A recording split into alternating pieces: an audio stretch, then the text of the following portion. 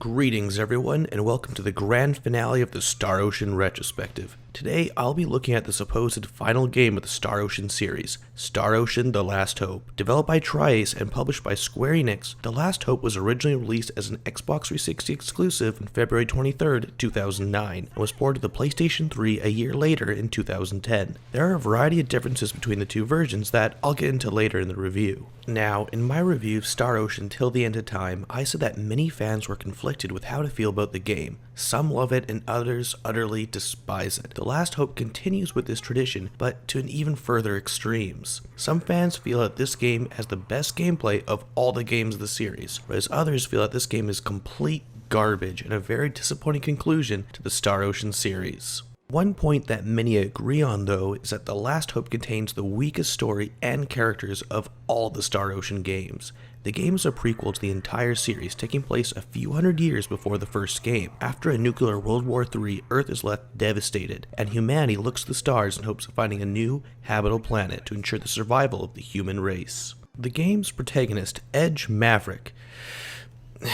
yeah, that's really his name. Anyway, Edge is a member of Earth's first space exploration team and is tasked with finding possible planets for the people of Earth to inhabit. Following in the tradition of other games of the series, it doesn't take long for things to go terribly wrong, as all the ships of this space mission are forced to crash land on different planets and desperately need to regroup. And from here, the story quickly loses its serious tone, becomes increasingly silly, and ends up a convoluted mess. Now as a whole, I would not call the story bad per se, but it is definitely not what I'd consider good. But seriously, as soon as I heard that the main protagonist's name was Edge Maverick, I for the life of me could simply not take this game seriously. The story isn't that bad by itself, but paired with this game's absolutely terrible cast of characters, well, let's talk about the game's cast. Edge is your typical JRPG protagonist. As such, he has a comic book-esque sense of justice and heroism, spouting tough guy talk throughout the game. There really isn't much to him aside from the fact that he is the main character and that his name is Edge Maverick. And no, I'll never be able to get over that.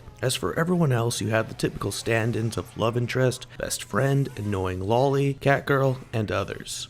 The Star Ocean series has always had well-developed and for the most part strong characters who push the game's narratives forwards. Heck, in the first two games, the characters are almost the main draw of playing through them, as the whole reason to replay those games was to see the different characters and all their different endings. Star Ocean: The Last Hope cast of characters are a very definition of a generic JRPG party. Not all of them are terrible, but none of them are well developed or interesting in the slightest. The most positive thing I have to say about some of these characters are that they aren't all that annoying.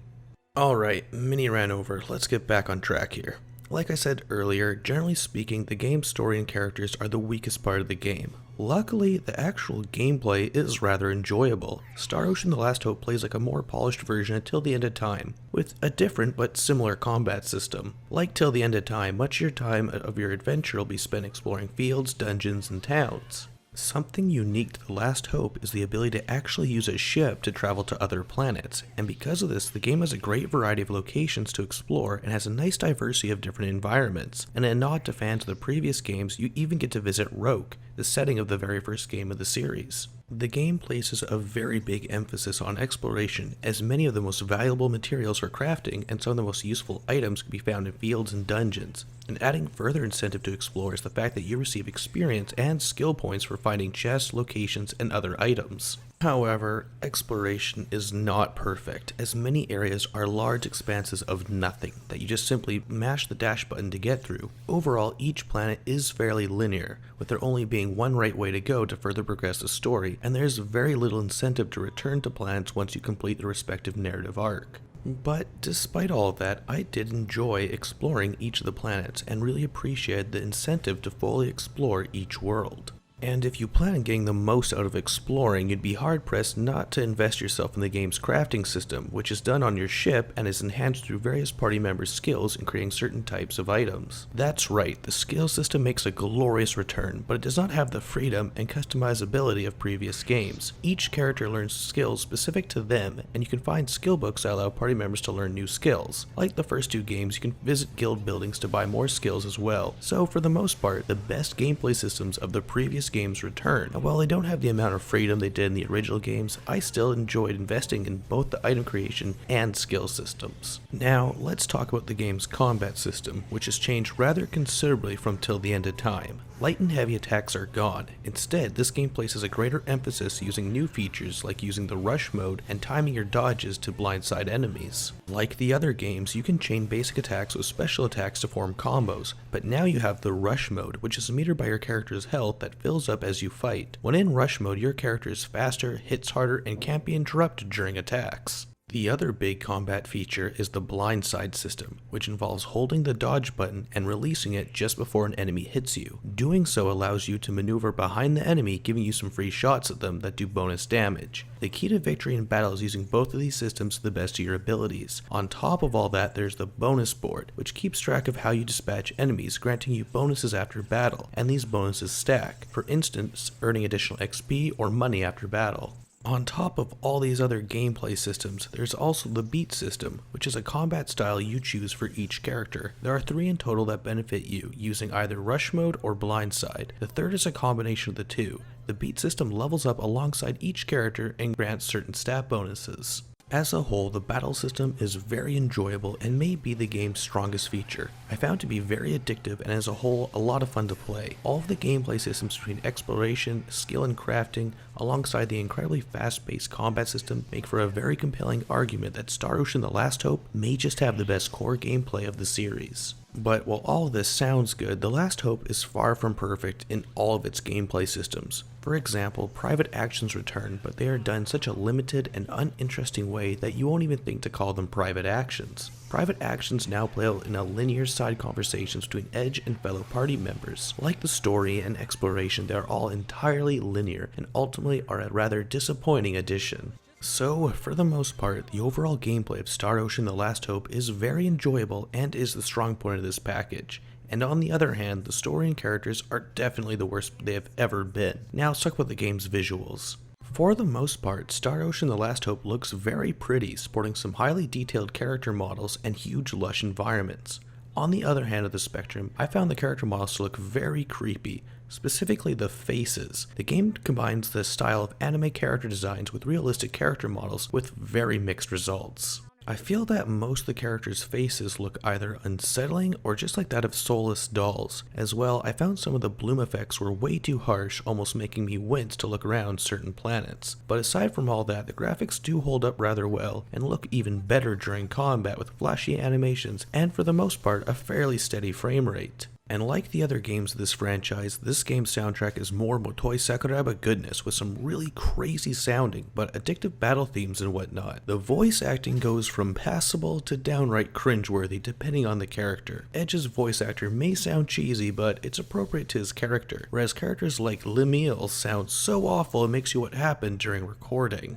Now, the differences between the PlayStation 3 International version and the Xbox 360 original version are rather mild at a glance. The PS3 version has multiple language subtitle options as well as the ability to listen to the Japanese voiceovers instead of the English ones, which is something I'd highly recommend doing. As well, the PS3 allows you to change all the menus to their original Japanese designs over the American CG ones.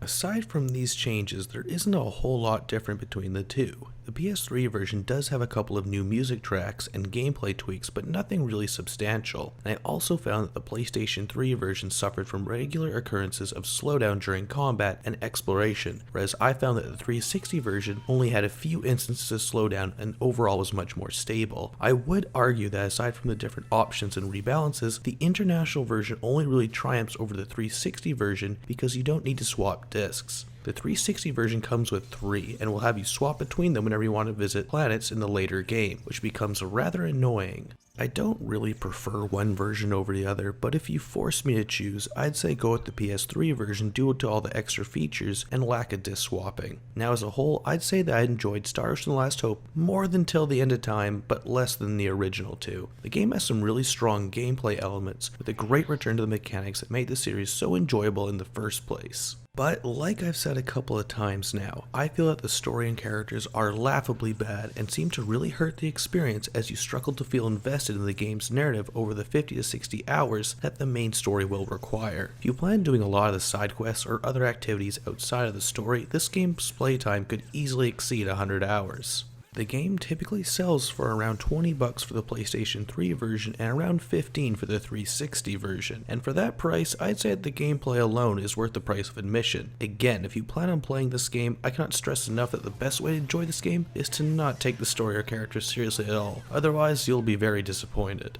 While I wouldn't say Star Ocean: The Last Hope is necessarily the most ideal way to end this game series, I will say that the gameplay is very enjoyable and the game can be recommended for that alone. Well, that's it. I hope you enjoyed this review as well as the rest of this retrospective. Stay tuned on the channel for future reviews and retrospectives, which will be happening throughout the summer. As always, has been Darren of the Gaming Pilgrimage. Till next time.